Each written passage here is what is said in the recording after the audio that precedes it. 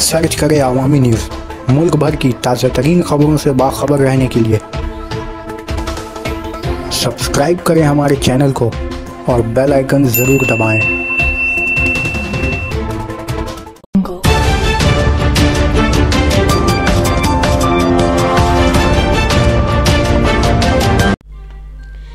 तारातल्ला hotel management campus से student की लाश मिली। तारातल्ला होटल मैनेजमेंट इंस्टीट्यूट से एक तालिब इल्म की लाश बरामद हुई।